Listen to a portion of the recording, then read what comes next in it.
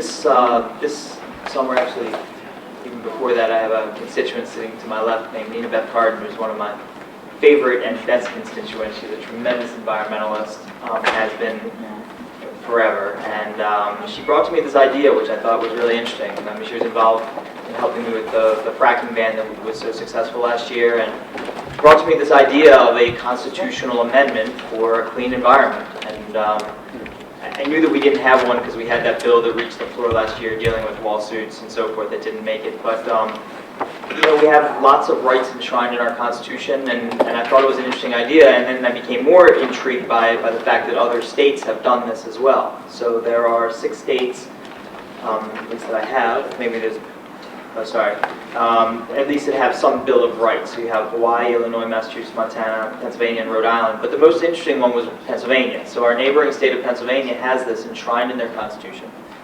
I'm not sure how successful it is, just in terms of how strong it is, because obviously they're fracking the living daylights out of that place. But that being said, it's a start, and there have been some interesting court cases related to their clean environment. It gives people standing to sue under different circumstances, and some of the things that we've seen, that you guys see every day, about pipelines or oil spills or fracking for that matter, could, had we not banned it, could have potentially been, a constitutional amendment could have created standing for lawsuits on that issue. So I thought it was an interesting thing. It's obviously very complex and it's very legalese, but I thought it was a really interesting and good idea, and I thought that I would bring it to your attention and see what you all thought, and that's the bill. Kate. Good afternoon. My name is IMM Awesome. I'm the Delaware Riverkeeper, and I lead a regional organization, the Delaware Riverkeeper Network. I'm also the author of a book titled The Green Amendment, which is focused on the power and importance of constitutional recognition and protection of environmental rights in our state and federal constitutions. And both I and my organization, the Delaware Riverkeeper Network, were the lead plaintiffs in the case that breathed legal life into Pennsylvania's long-ignored environmental rights provision. That landmark case only came down in December of 2013, which is one of the reasons why you haven't seen more impact from the Environmental Rights Amendment in the Commonwealth of Pennsylvania on what is happening in that state. I am very pleased to be here to support what I hope will be a historic step for the state of Maryland in recognizing and protecting the rights of the people to a healthy environment. In truth, there are 35 states that speak to the environment in their constitutions, but there are only 2 states that have what I call a green amendment, that really have the strength and the power and importance in terms of placement and language that is necessary to truly protect the environmental rights of the people of a state. What Maryland is proposing would rise to the level of what I characterize as a green amendment. As written, SB 873 properly places the environmental rights provision in the Declaration of Rights section of Maryland's Constitution, ensuring that the right to a healthy environment is given the proper recognition and protection as an inalienable human right that rises to the same level of community and constitutional importance as other fundamental rights we hold dear, such as the right to free speech, freedom of religion, freedom of the press, and private property rights. Enacting this amendment will ensure that the people of Maryland have, among other things, the right to drink clean water from their faucets, breathe clean air in their neighborhoods, and have their children play and grow in a community with natural resources that are free of dangerous contaminants and degradation. SB 873 provides an important opportunity to address environmental justice issues. It ensures that environmental rights are recognized as belonging to every person, thereby recognizing and protecting environmental rights equitably across the state and across communities, regardless of race, income, or past practices. The constitutional environmental right will encourage innovative development, industry, and business growth, and provide a powerful incentive for government officials to render decisions and advance businesses in ways that accomplish economic and business objectives, while at the same time protecting natural resources that are critical to sustaining healthy lives and economies. I would like to urge one critical modification to the proposed amendment with regards to standing. It is essential that the Environmental Rights Amendment be given the same respect with regards to its implementation, including standing, as the other Declaration of Rights provisions that are found in Maryland's Constitution, including that the provision be recognized as self-executing. I did provide more detailed written comments, and I provide sample language in there with regards to the standing issue that I hope would be offered as an amendment. And I just want to close by saying that I hope the committee will join Senator Zirkin in advancing SB 873, a green amendment for the people of Pennsylvania, or for the people of Maryland. My name is Bev Cardin. I am a community rabbi from Baltimore County who has been active at the intersection of environmental and faith communities for over 10 years.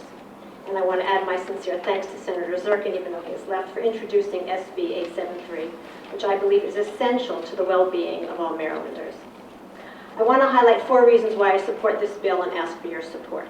1, a healthy environment is a human right. This is why the amendment is designed to be placed in the Declaration of Rights, along with the political rights enumerated there.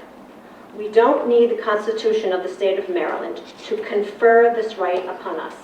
It is endowed upon all of us as human beings. We need the Constitution of the state of Maryland to protect these rights for us. 2, the people deserve the ability to take action for redress if this right is denied them, and if their health, lives, and well-being are harmed or threatened through environmental degradation, and this amendment will give them that right. 3, the amendment will change the ways we think. It will normalize, standardize, and otherwise make part of cultural expectations the fact that we need not and should not trade health, either personal health or environmental health, for progress. We can do better than degrading the environment as part of our standard operating procedures and the necessary price to pay for progress. That is a devil's contract that we should reject. 4th, the Constitution is a love letter that one generation writes to another. It articulates the fundamental values that one society holds above all others and bequeaths those values and the quality of life they create to future generations.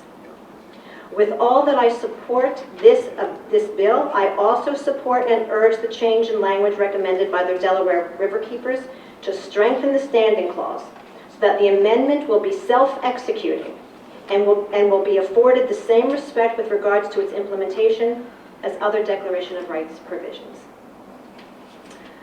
The rabbis of old, I had to get someplace there because I am a rabbi, right? So I've got to do my rabbi thing, right? The rabbis of old tell of a conversation between God and Adam in the Garden of Eden. Proud of his handiwork, God took Adam by the hand and showed him around the garden, saying, "Look at all that I have created. Look at the magnificent trees and vegetation, the animals and the rivers. See how beautiful and praiseworthy they are. They are for you. But in using them, pay attention that you do not destroy them. For if you bring devastation on the world, there will be no one left after you to repair it." Our shared task is to advance civilization and enhance individual and collective well-being. We cannot succeed in this noble calling without the preservation, health, and care of the natural world. This amendment is an essential tool in articulating this value and helping us pursue this sacred work. Thank you. Thank you. Next, please. Thank you, Mr. Chairman of the committee. My name is Avery Davis. I'm with a nonprofit called Interfaith Power and Light. We work in this region with 800 congregations and 10,000 people of faith across the state of Maryland, building a religious response to climate change. I'm happy to be here testifying today in support of SB 873, the constitutional amendment on the right to a healthy environment in our communities, and I urge a favorable report with the amendment that was referred to both by Maya and by Rabbi Bev Cardin. It's worth pointing out that a number of the people up here testifying are from the faith community. That's not a coincidence, and as someone who works with thousands of communities of faith throughout the state of Maryland, I know that this bill strikes to the core of what it means to be a person of faith living in this state.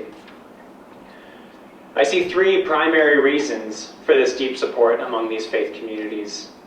We have a tradition in these communities of being prophetic, people who have a bold vision for what this world can look like, and we turn that vision into action to bring the kingdom of God here to earth.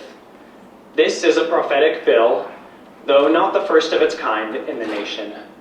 It transforms the way we understand and relate to the natural world, and it defends the rights of Marylanders to breathe clean air and drink clean water and live in a healthful environment. As people of faith, we believe in the inherent dignity of all life. We read in the book of Psalms that the earth is the Lord's and everything in it. We're here to act as stewards of God's world and protect all of that life. Finally, many of us live and serve in communities that are all too often at the receiving end of environmental injustice. Whether it's dirty air that causes asthma, dirty water causing cancer, or the numerous other environmental justice concerns here in our state, the folks in our congregations deserve to have the opportunity to defend themselves against those seeking profit at the expense of their lives. I urge you to listen to these voices of morality before you. We're here to make the visionary a reality to the benefit and health of all Marylanders. And as I said before, I urge the committee to make a favorable report. Thank you. I'm Reverend Frederick K. Weinrich. I am the Vice President of the Board of Central Maryland Ecumenical Council, and I'm here to speak in favor of the bill. It has been our pleasure for the past few years to work with Rabbi Cardin, with Interfaith Power and Light, but also with some students and faculty members from the University of Maryland's Law School who helped us work on this bill. Do you want to have them stand? Yes, would you please stand?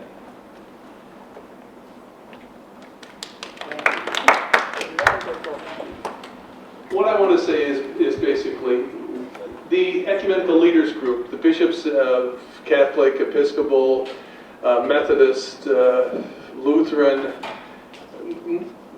many of the mainline churches stand with this legislation. We are very concerned because we recognize that it is disproportionately in the neighborhoods of the poor where dumping and burning take place. And so those people experience healthcare issues in response to that, and we believe that all people in our state, when the maglev line goes through, it's going to go through those neighborhoods. But all of our people deserve to receive the same kind of treatment and enjoy creation as we do. Thank you very much. Thank you. Thank you. Thank you, Mr. Chairman. Senators, my name is Kobe Little, and I represent the Maryland State Conference of the NAACP. And we're here today to register our support for Senate Bill 873 and to ask for your favorable recommendation. Before I go any further, though, I would like to also go on the record in support of Senator Waugh's bill, Senate Bill 911. These are important veteran issues, and we owe it to people who put their lives on the line for our country to give them the physical and the mental health care that they need so that they can live productive lives when they return. Thank you for giving me the opportunity to say that. There is a saying in the African-American community that when America gets a cold, we get pneumonia. And that expression speaks to the health disparities that African Americans experience as a result of environmental racism, as a result of poor housing conditions, as a result of being the people who are always pushed to live in the bottom or on the wrong side of the tracks or on the backside of town. For a number of days now, we've been having a conversation about what we want Maryland to look like in the 21st century. And I've made some calls for a new constitution. Short of that, this constitutional amendment goes a very long way in protecting and ensuring the rights of all Marylanders, but particularly the most vulnerable Marylanders, who are always the ones who bear the biggest brunt of the burden when there's a problem with the environment, when there's a problem with the water, when there's a problem with the air, when there's a problem with the soil. I can't tell you the exact number, but I've been testifying on a number of bills in both the House and the Senate that claw at parts of what this legislation would make happen automatically. I mean, it almost seems like it's common sense that if we have the right to the pursuit of happiness, that would include the right to clean air and clean water and an environment free of degradation, the willful degradation by people who seek to place profit over people. And that's what's so valuable about this bill, is that it speaks to the importance of humanity. So thank you, Mr. Chairman, for allowing me the opportunity to share. I know you have a long day today. We urge a favorable report.